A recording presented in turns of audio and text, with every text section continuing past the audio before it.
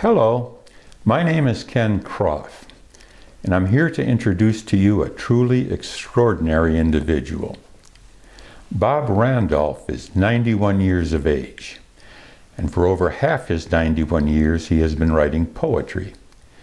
Bob's poems have touched and inspired those of us here in the Berkeley, California community for decades. His courage, determination, and perseverance have been a role model for what it means to be productive in one's senior years. Bob will be reading 4 of his poems. I'm sure you will enjoy them. I'm Bob Randolph, and this is a poem I wrote about 20 years ago. When you see a row of old houses. When you see a row of old houses, spruced up in 3 colors, think of the families that lived there. The steamy kitchens at Thanksgiving and Christmas, the Sunday afternoons looking at stereoscopic slides in the living room crowded with gorgeous old furniture. Think of the back screen doors banging in 100 summers when children ran out to play. Think of the kisses at the front door on cool mornings when someone left for work, the warm greetings in evenings. Think of the sounds of babies, the sounds of lovers late at night, of squeaky places on the stairs.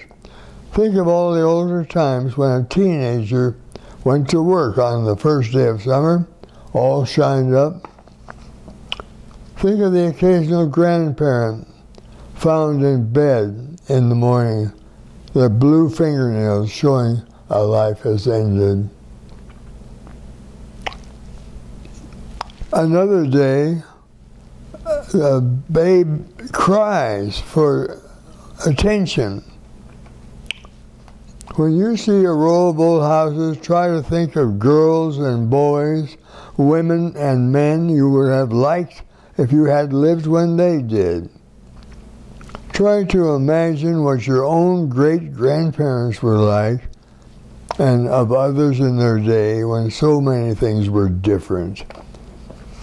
When you see a row of old houses, try to see more, so much more, than just a row of old houses. October 1996.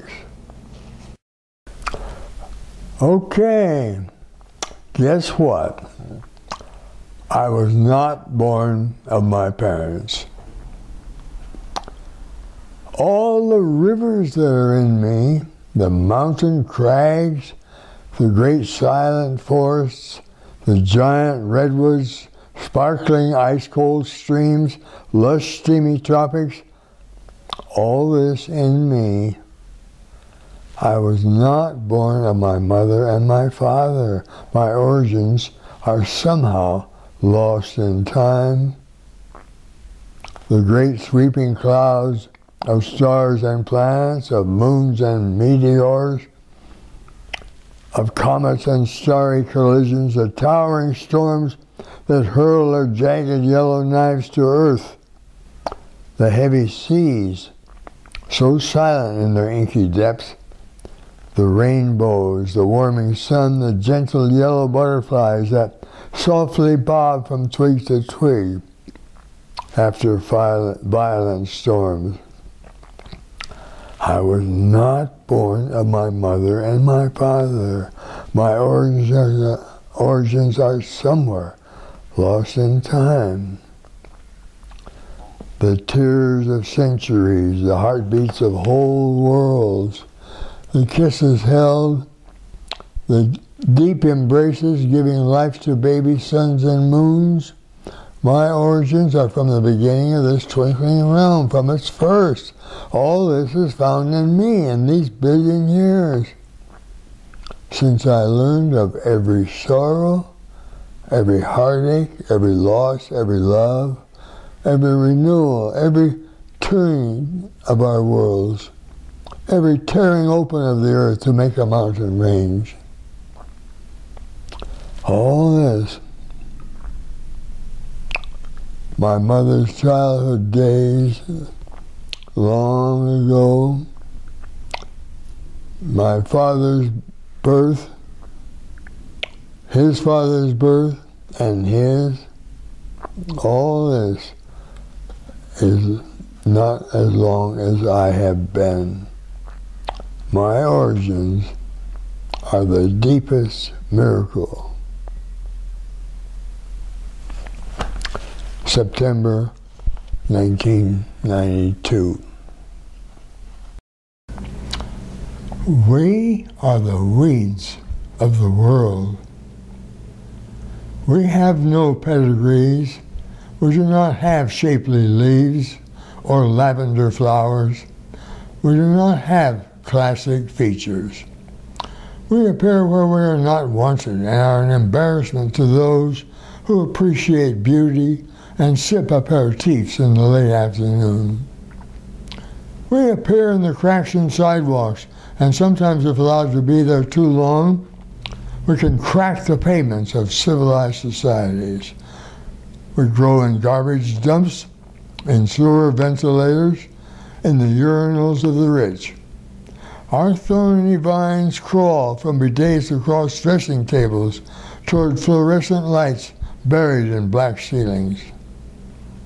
We are ragged and unkempt, but we are suited to wild storms offshore that flay our leaves with wind and wet sand that would tear hothouse flowers to shreds. We can endure earthquakes because we are not in flower pots. We know gulls and geese and gray seals at dawn. We watch seals pass the surf at daybreak. We thirst for water, so our roots sink deeper in the dunes. We are the weeds of the world, native in every lush or forbidding place, without attention from sprinkler cans or compost spreaders. We cling to alpine crags and pry loose great boulders that fall all the way to the bottom each century, changing forever the face of the earth, a power unknown to roses and daffodils.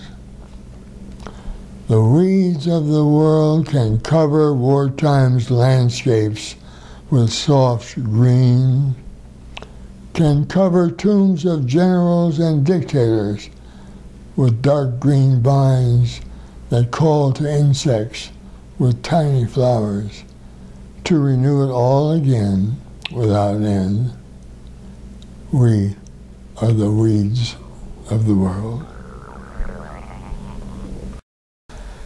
A baby bird between air and breath. Not every bird life is lived.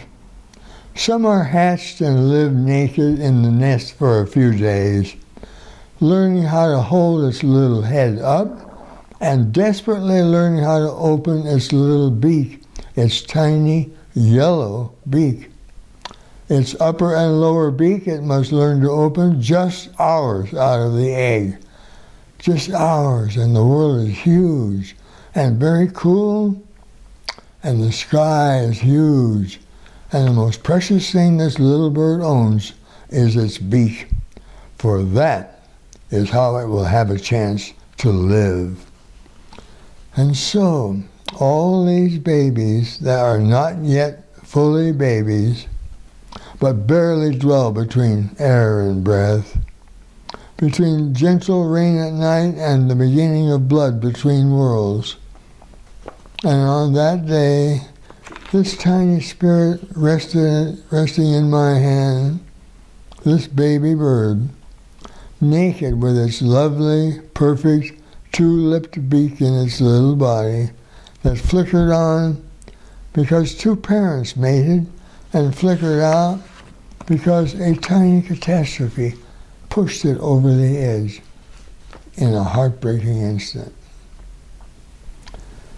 During the remaining 20 years of my life, I will remember this little darling whose life ended when it began, whose love ended, whose dream of life ended, and is now in me to tell its story in all the seasons, all the gardens, and on all the windy slopes where life struggles to survive.